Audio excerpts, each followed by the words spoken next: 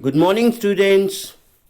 In today's video, we are going to learn how can we change ethnotype question sentence of direct speech into indirect speech. What changes we have to make to convert this sentence?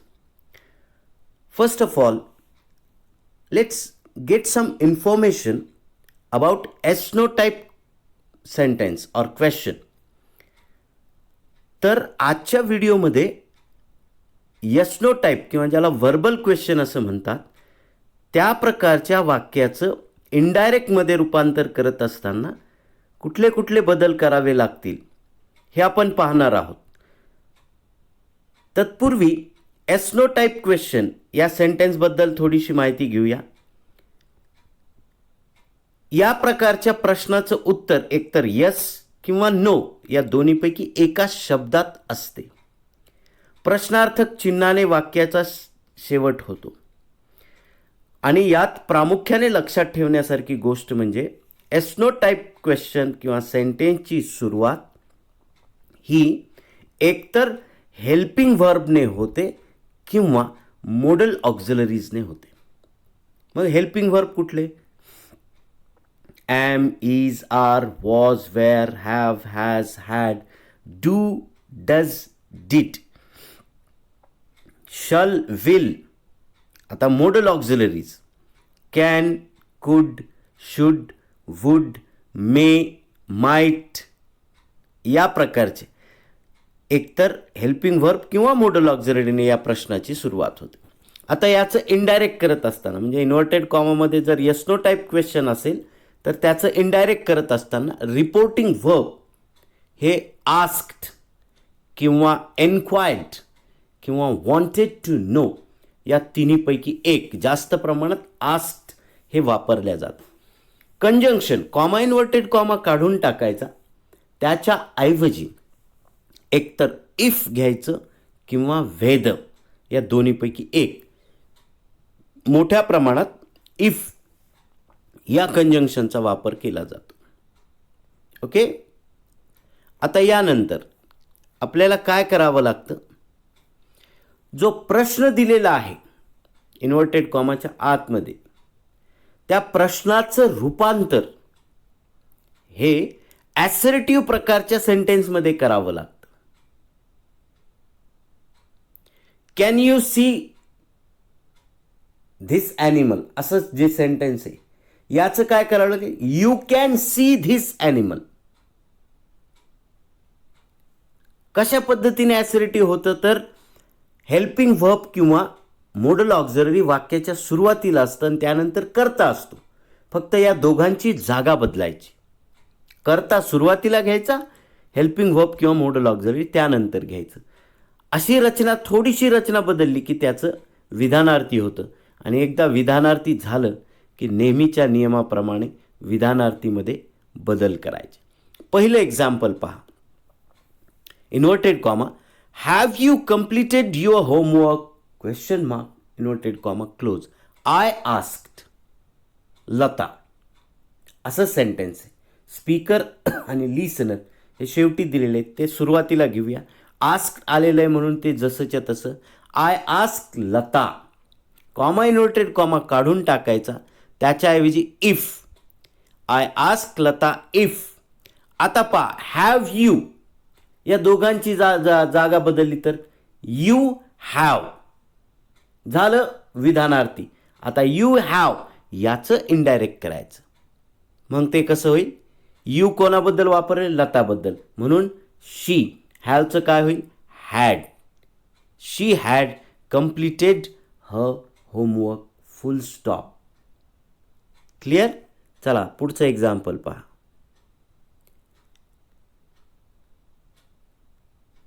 Teacher said to boys comma inverted comma can you see this animal question mark inverted comma close. आता इथे can हे मोडल auxiliary वापरलेलं आहे. वरच्या वाक्यात have हे helping verb वापरलं होतं वाक्याच्या सुरुवातीला. इन्व्हर्टेड कॉमाच्या आतमधलं वाक्य हे एथनोटाइप आहे म्हणून त्याचं इनडायरेक्ट करत असताना teacher asked boys, comma inverted कॉमाच्या ऐवजी इफ. आणि कॅन यू यांच्या जागा जर बदलल्या तर यू कॅन. क्लिअर झालं? हे झालं विधानार्थी. आता विधानार्थीचं यू कोणाबद्दल वापरले? बॉईजबद्दल, म्हणून त्याचं दे. कॅनचं कुड, दे कुड सी. धिसचं that animal. Third example, Ramesh said to his friends, did you see this picture? Question mark, inverted comma, close. And the answer is Ramesh said टूचं काय होईल? Asked his friends, comma inverted कॉमाच्या ऐवजी if. आणि did you did, तर you कोणाबद्दल वापरले? Friends, म्हणून त्याचं काय होईल? दे. आणि डीडचं काय होईल? हॅड. आता हॅड आल्यामुळे सीचं third form seen. If they had seen धिसचं that picture. Full stop. Clear झालं? This is all about the yes no type question. आता क्वेश्चनचा दुसरा प्रकार कुठला आहे तो आपण या ठिकाणी पाहूया. WH question. आता WH क्वेश्चन कसा ओळखतो आपण? इन्व्हर्टेड कॉमाच्या आतमध्ये दिलेलं वाक्य जर या प्रकारचं असेल, मग हा प्रकार कसा ओळखायचा? एकतर वाक्याच्या शेवटी प्रश्नार्थक चिन्ह आणि प्रश्नाची सुरुवात W किंवा Hने होणाऱ्या प्रश्न शब्दापासून होते. What, whose, where, why, how या प्रकारच्या. याचं उत्तर हे एक लाईन किंवा मोर दॅन वन लाईन असं असतं. या प्रश्न प्रकाराला WH क्वेश्चन असं म्हणतो.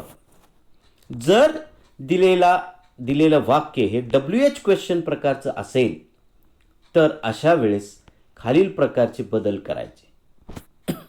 रिपोर्टिंग वर्ब, आस्क्ड, एन्क्वायर्ड किंवा वॉन्टेड टू नो, तिथे करेक्शन करून घ्या, वॉन्टेड टू नो. ओके, तर यातलं जास्तीत जास्त प्रकारचं तुम्ही वापरायचं आस्क्ड. कंजंक्शन हे फार महत्त्वाचं आहे. WH क्वेश्चन प्रकारामध्ये कंजंक्शन कॉमा इन्व्हर्टेड कॉमा काढून टाकायचा आणि त्याऐवजी जो WH वर्ड त्या प्रश्नामध्ये वापरलेला असतो तोच ॲज इट इज तिथे वापरायचा आहे. म्हणजे या ठिकाणी नवीन वेगळं असं कंजंक्शन वापरल्या जात नाही. WH word as it is तो जसाच्या तसा येतो. आणि बाकीचा बदल हा नेहमीप्रमाणे दिलेल्या प्रश्नाचं विधानार्थीमध्ये रूपांतर करायचं आणि मग विधानार्थीचं नेहमीच्या नियमाप्रमाणे इनडायरेक्टमध्ये बदल करायचा. ओके, चला पाहूया example. She said, what are you doing here? Question mark, inverted comma, close. तर याचं इन्व्हर्टेड कॉमाच्या आतमध्ये असणाऱ्या वाक्याची सुरुवात व्हॉटने झाली आणि हा प्रश्न आहे म्हणजे हा WH क्वेश्चन आहे. मग याच्या इनडायरेक्ट करत असताना ही आस्क्ड आणि कॉमा इन्व्हर्टेड कॉमा जाईल तिथला, त्याच्याऐवजी व्हॉट. आता याचं काय करायचं? व्हॉट केल्यानंतर आर यू यांच्या जागा बदलायच्या. You are doing here, you are doing here विधानार्थी झालं. त्या विधानार्थीचं आपल्याला इनडायरेक्ट करायचं. यू कोणासाठी वापरले? तर समोरच्यासाठी वापरले. म्हणून ही आस्क व्हॉट ही आणि आरचं काय होईल? Was. He was doing there. Full stop. The doctor said, whose face did you see? The answer, the doctor asked, comma inverted कॉमाच्या ऐवजी conjunction as it is, whose, face हे दोघे लागू आलेले आहेत. Did you, you did. You कोणासाठी? He किंवा शी वापरू शकता, दे वापरू शकता, कारण आपल्याला लिसनर माहिती नाही आहे. हुज फेस, यू डिड, यूचं काय केलं? यू डिड, आहे की नाही? तर मग अशा वेळेस काय होईल? He had seen. Full stop. Is that clear? Third example. Who is responsible for all these? Question mark, inverted comma, close. He asked. Full stop. पुढे. He asked who was responsible for all that. Full stop. This way you can convert the WH question into indirect form. Okay? आता next कुठला प्रकार आहे? Indirect of exclamatory sentence. उद्गारार्थी वाक्याचं indirect करायचं. उद्गारार्थी वाक्य कसं ओळखायचं? तर सगळ्यात महत्त्वाचं साईन काय असेल तर एक्सक्लेमेशन मार्क. या वाक्यामध्ये उद्गारार्थी चिन्हाचा वापर केलेला असतो. वर्ड्स वापरलेले असतात. अलास, ओ, नो, ब्राओ यासारखे भावना दर्शवणारे शब्द वापरलेले असतात आणि उद्गारार्थी चिन्ह असतं. किंवा वाक्याची सुरुवात व्हॉट किंवा हाऊ ने झालेली असते आणि वाक्याचा शेवट उद्गारार्थी चिन्हाने असतो. अशी रचना जर वाक्याची असेल तर ते वाक्य हे एक्सक्लामेटरी सेंटेन्स असतं.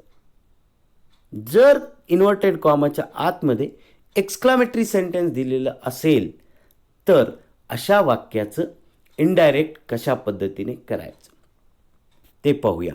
Reporting verb.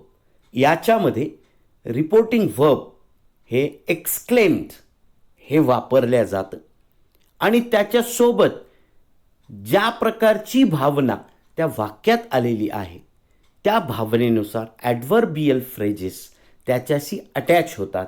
जसं की जर आनंद असेल तर exclaimed with Joy, exclaimed with happiness. दुःख असेल exclaimed with sorrow, exclaimed with sadness, exclaimed with surprise.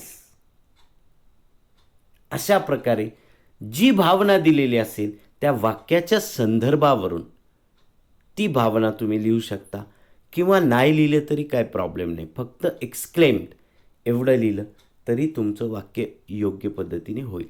Okay. Conjunction. याच्यामध्ये ॲसर्टिव्ह सेंटेन्सप्रमाणेच कॉमा इन्व्हर्टेड कॉमा काढून टाकायचा आणि दॅट हे कंजंक्शन वापरायचं.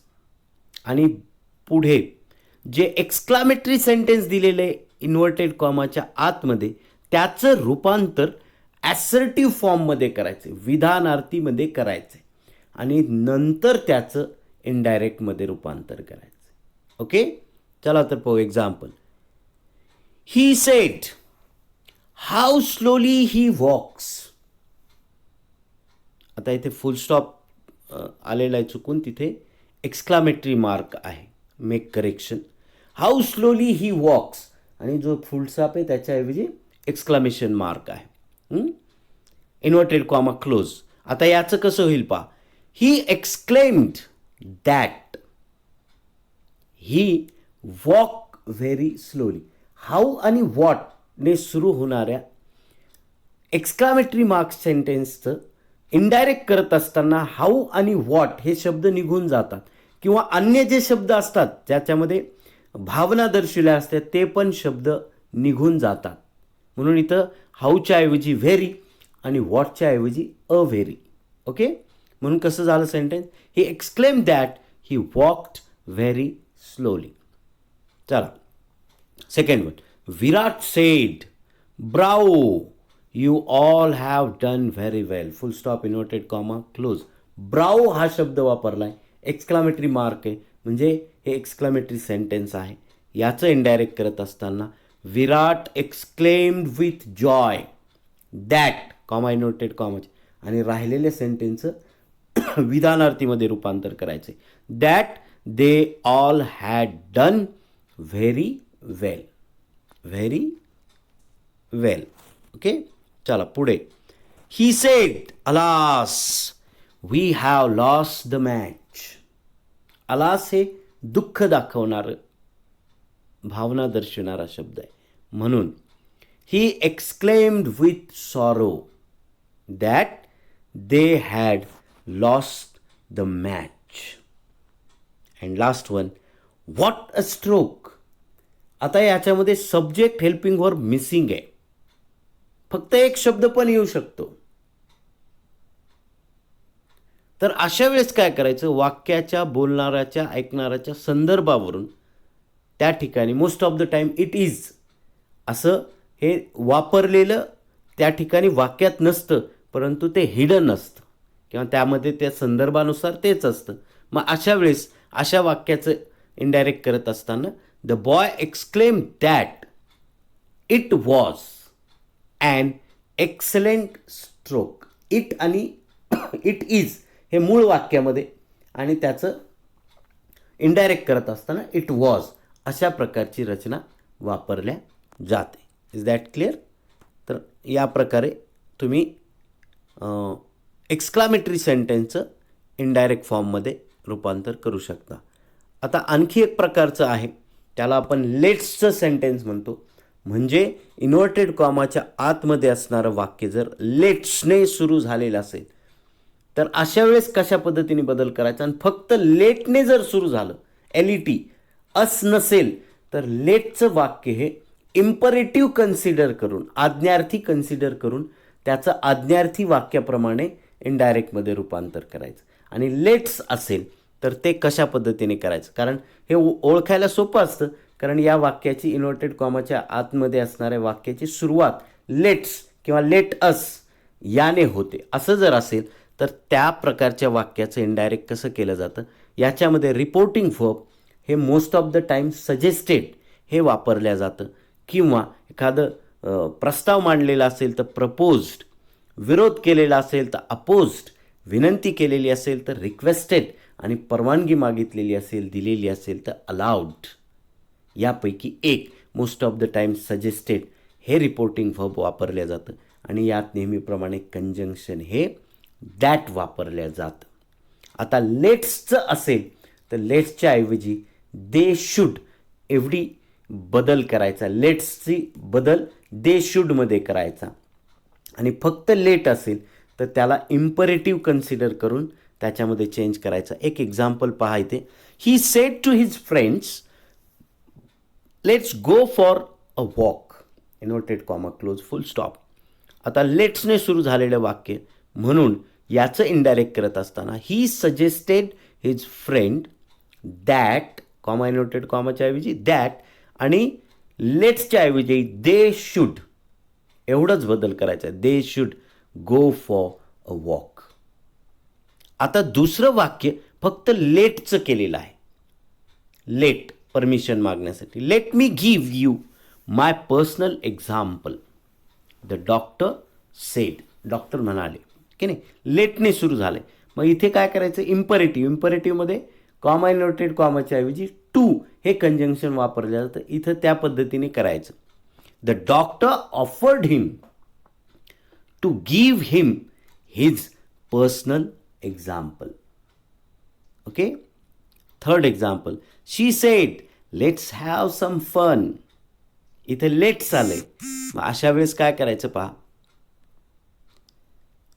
शी proposed that they should have some fun. लेट्सचं रूपांतर दे शुड मध्ये केले.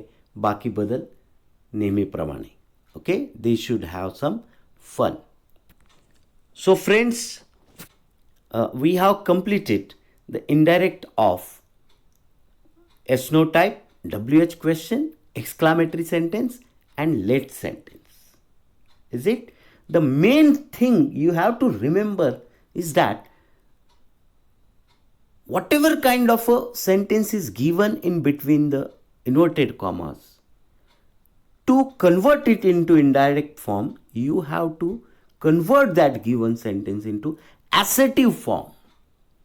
कुठल्याही प्रकारचं वाक्य इन्व्हर्टेड कॉमामध्ये दिलेलं असलं तरी त्याचं इनडायरेक्ट करत असताना त्याचं रूपांतर अगोदर विधानार्थीमध्ये करायचं आणि नंतर जे काही बदल आहेत नियमाप्रमाणे ते बदल त्याच्यामध्ये घडवून आणायचे.